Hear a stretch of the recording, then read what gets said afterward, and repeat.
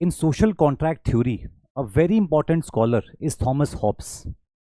और इसी टॉपिक से 2023 में एक question UPSC already mains exam में पूछ चुकी है.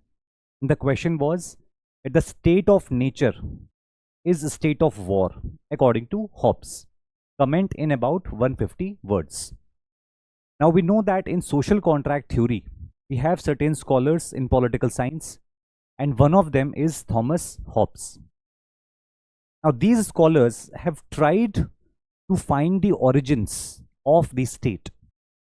तो अगर हम लोग ऑब्जर्व करें तो आज कैसे हम स्टेट को एक्सेप्ट करते हैं, स्टेट की अथॉरिटी को अपने ऊपर एक्सेप्ट करते हैं, स्टेट जो लॉज बनाता है हम उन लॉज को अबाइड बाय करने की या उन लॉज को ओबे करने की हम कोशिश करते हैं, हम इस देश के लीगल सिस्टम को एक्सेप्ट करते हैं.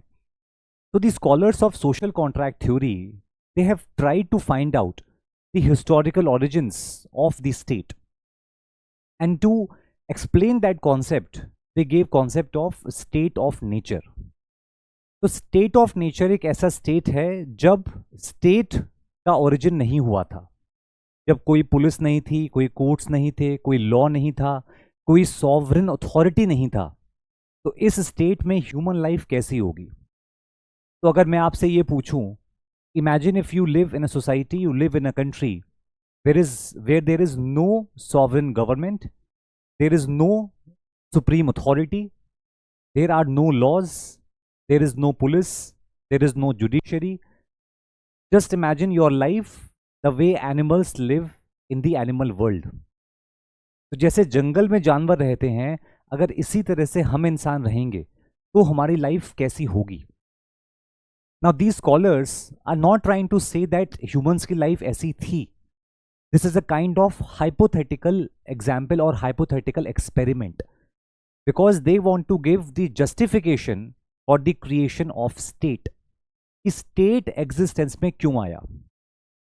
तो अगर मैं आपसे सवाल पूछूं कि आप मुझे बताओ कि स्टेट ऑफ नेचर में when there is no sovereign,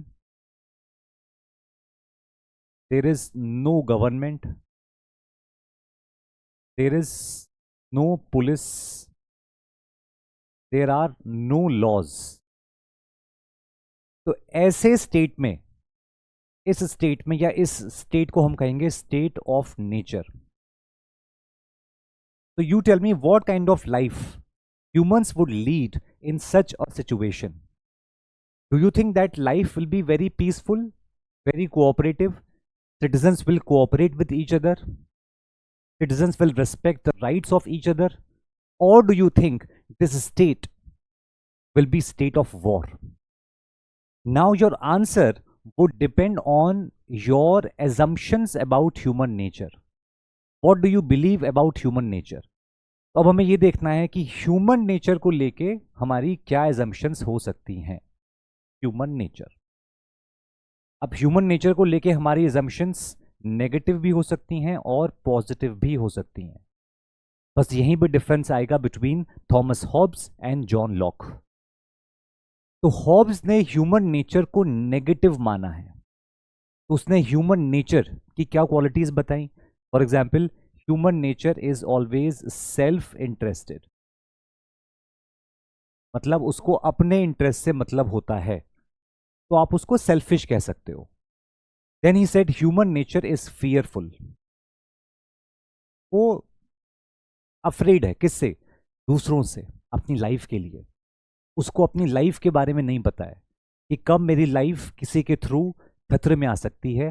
so he always wants to preserve himself, so he kind of always remains under fear.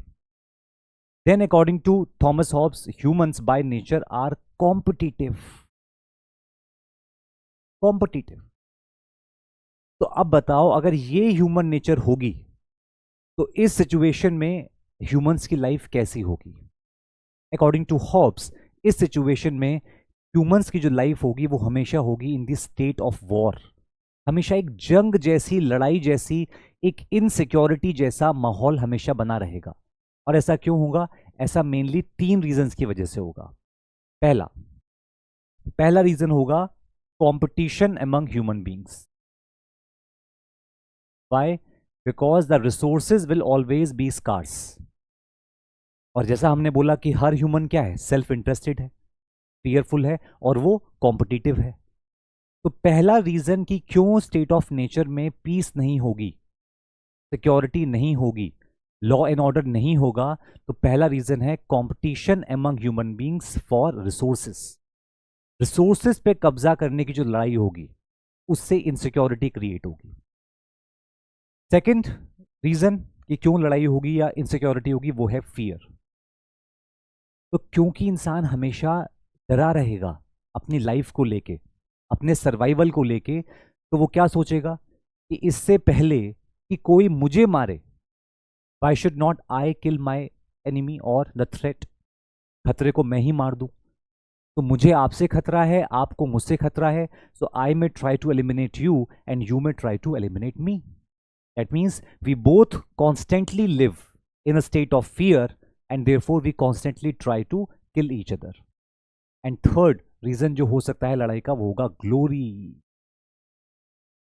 तो ह्यूमन बींग्स ग्लोरी चाहते हैं, वो पावर चाहते हैं, और इस ग्लोरी के लिए और इस पावर के लिए there will always be fight amongst humans in state of nature. तो अब आप समझ पा रहे हो कि ह्यूमन जो लाइफ होगी स्टेट ऑफ नेचर में वो कैसी होगी।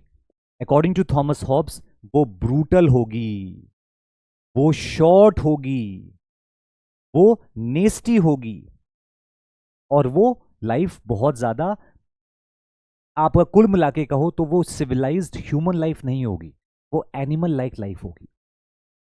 तो अब यूपीएससी ने जो क्वेश्चन पूछा है इसमें आप बताओगे स्टेट ऑफ नेचर कि क्यों state of nature state of war है। बिकॉज आप ह्यूमन बींग्स की आप इसमें नेचर बताओगे, the nature of human beings, human beings की नेचर क्या है, and second why state of war, state of war क्यों होगी। उसके बाद in the concluding part of your answer, the concluding part of your answer you can mention how Thomas Hobbes was criticized for taking a pessimist view of human nature. You can even mention the view of Locke on human nature and how Locke had positive assumptions about human nature. So now I think you understand this statement that why state of nature according to Hobbes is a state of war. So remember, according to Hobbes, life in the state of nature will be short, brutal and nasty, right? Okay, so I hope the statement makes sense.